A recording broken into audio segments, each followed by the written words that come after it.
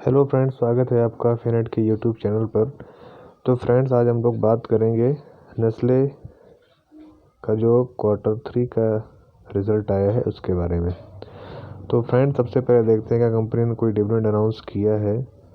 तो कंपनी ने third dividend दिया, थर्ड एंट्रीम डिविडेंड आपको दिया है। कितना? 7 रुपये पर इक्विटी शेयर, है ना। एक इक्विटी शेयर पे आपको 7 रुपये का डिविडेंड मिलेगा। तो चलिए फ्रेंड्स, हम लोग इसका फाइनेंशियल देख लेते हैं। तो कंपनी का जो पूरे फिगर्स हैं वो किस में दिए हुए हैं? मिलियंस में दिए हुए हैं, तो हम उसे करोड्स में कन्वर्ट कर लेंगे। तो कंपनी का जो रेवेन्यू फ्रॉम ऑपरेशन है, या टोटल जो रेवेन्यू फ्रॉम ऑपरेशन है कंपनी का, वो कितना रहा? टोटल इनकम अगर इसको कहें तो इस क्वार्टर में 4,607 करोड़ रुपए। पिछले क्वार्टर में कितना था? 5,700 करोड़ रुपए। और इसके भी पिछले साल इसी क्वार्टर में कितना था? 4,286 करोड़ रुपए। तो कंपनी का जो क्वार्टर ऑन क्वार्टर है उसमें तो रेवेन्यू गिरा है, but year on year company के रेवेन्यू में बढ़ा है।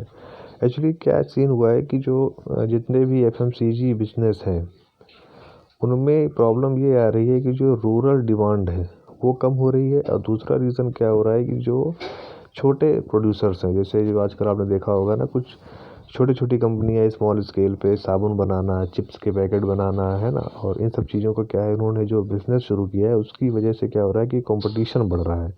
तो एक कंपटीशन और दूसरा रूरल डिमांड, उन दोनों की वजह से क्या हुआ है कि इनका जो बिज़नेस है थोड़ा सा हैम्पर हुआ है। और दूसरी चीज़ एक और ये भी है कि इस क्वार्टर में चूँकि दिवाली रहती है, फेस्टिव सीज़न होता है, दिवाली है, दशहरा है, नवरात्रि है, कई चीज़ें इस मतलब फेस्टिव सीज़न ज़्यादा होता है। तो इसमें वैसे भी उम्मीद की जाती है कि कंजम्पशन ज़्यादा हुआ होगा, बट उसके बावजूद भी जो इनका जो रेवेन्यू फ्रॉम ऑपरेशन है उसमें गिरावट आई है। फिर इसका एक्सपेंसेस को देख लेते हैं। तो कंपनी का जो टोटल एक्सपेंसेस है वो इस क्वार्टर में 3,669 करोड़ रुपए, पिछले क्वार्टर में 3,944 करोड़ रुपए, और 3,954 करोड़ रुपए मतलब। और उस पिछले साल इसी क्वार्टर में 3,427 करोड़ रुपए। तो एक्सपेंस में भी इस क्वार्टर में कमी हुई है, बट ईयर ऑन ईयर थोड़ा सा बढ़ा है। फिर हम इस लोग देखते हैं प्रॉफिट फॉर द पीरियड। अगर हम देखते हैं तो प्रॉफिट फॉर द पीरियड इस क्वार्टर में कंपनी ने 655 करोड़ रुपए कमाई की है, पिछले क्वार्टर में 908 करोड़ रुपए, और पिछले साल इसी क्वार्टर में 628 करोड़ रुपए कमाया। ठीक है, तो उसी हिसाब से आ रहा है।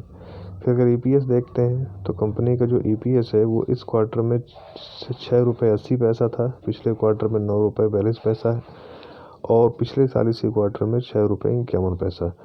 तो EPS में भी बहुत ज़्यादा गिरावट है।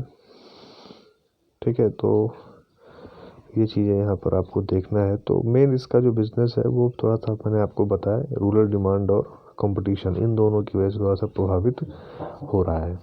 तो ओके फ्रेंड्स, अगर आपको वीडियो अच्छा लगा हो तो वीडियो को लाइक कीजिए, शेयर कीजिए और चैनल को सब्सक्राइब कीजिए। Thank you.